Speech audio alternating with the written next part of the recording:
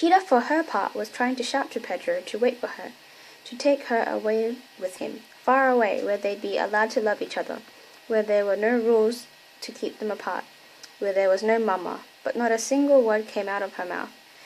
The words formed a lump in her throat, and they were choked one after another as they tried to escape.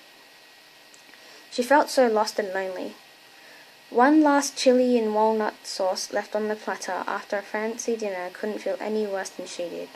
How many times had she eaten one of those treats, standing by herself in the kitchen, rather than let it be thrown away?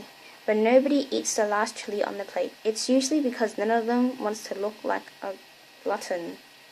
So even though they'd really like to devour it, they don't have the nerve to take it. It was as if they were rejecting that stuffed pepper, which contains every imaginable flavor, sweet as candied citron, juicy as a pomegranate, with the bite of pepper and the subtlety of walnuts, that marvelous chili in walnut sauce. Within it lies the secret of love, but it would never be penetrated, and all because it wouldn't be proper. I just read that, and maybe that is a euphemism for something else, and I don't know why I didn't pick that up in high school. Oh God. Damn good manners. Damn courier's etiquette manual. He should be punished, his body made to fade away bits at a time forever. Damn Pedro, so decent, so proper, so manly, so wonderful.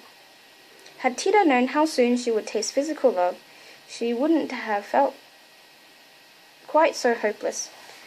Mama Eleanor's second shout shook her out of her brooding and forced her to come up with an answer fast.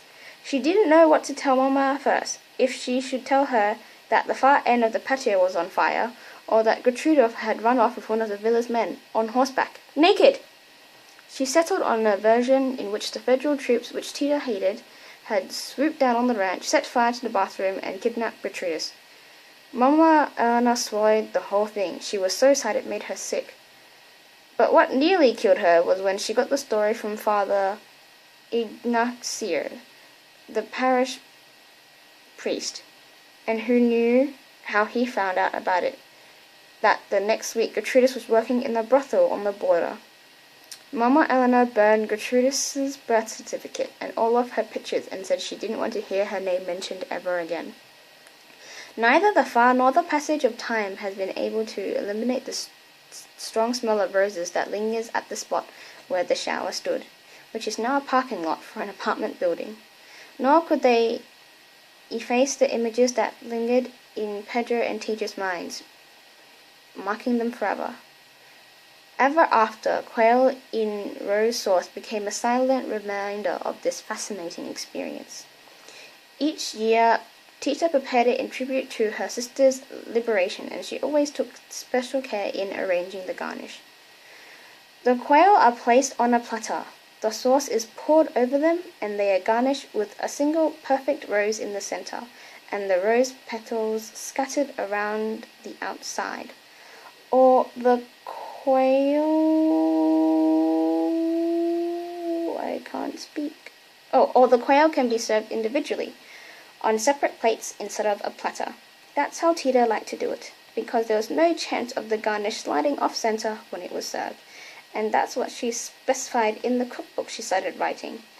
That night, after cross-hatching a big section of bedspread, as she did every night. As she worked, images of Gertrudis went around and around her head. Gertrudis running through the field, and what she imagined happened later, after her sister had disappeared from sight. Needless to say, her imagination was limited there by her lack of experience.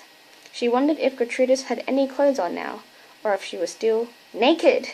She worried that Gertrudis was cold as she was, but then she decided no, she wasn't.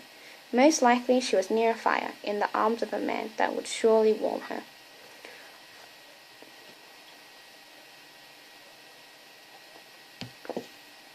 All of a sudden she had a thought that made her run outside to look at the stars. Having felt it with her own body, she knew a look could start a fire, even to set the sun itself ablaze. What then would happen if Gertrudis looked up at a star? Surely the heat from her body, which was inflamed by love, would travel with that gaze across an infinite distance, with no loss of energy, until it landed on the star she was watching. Those huge stars have lasted for millions of years. By taking care never to absorb any of the fiery rays lovers all around the world send up at them night after night. To avoid that, the star generates so much heat inside itself that it shatters the rays into 1,000 pieces. Any look it receives is immediately repulsed, reflected back up to the earth, like a trick done with mirrors. That is the reason the stars shine so brightly at night. Tita therefore began to hope that if she could find the one star among all the stars in the sky that her sister was watching right this minute, it might reflect a little leftover heat onto her. That was her dream, but the longer she scanned the stars in the sky one by one, the less she felt the tiniest bit of warmth. Just the opposite happened. Shivering, she went back to bed, convinced that Gertrudis was sound asleep, her eyes shut tight, and that's why the experiment hadn't worked. So pulling up the bedspread, which by then had to be folded in thirds, she looked over the recipe she had written to see if she had forgotten anything, and then added, "Today while we were eating this dish, Gertrudis ran away."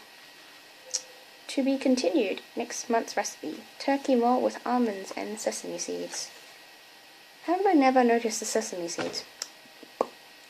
Anyway, hasta la vista, and I will have to divide this video up into 2 parts.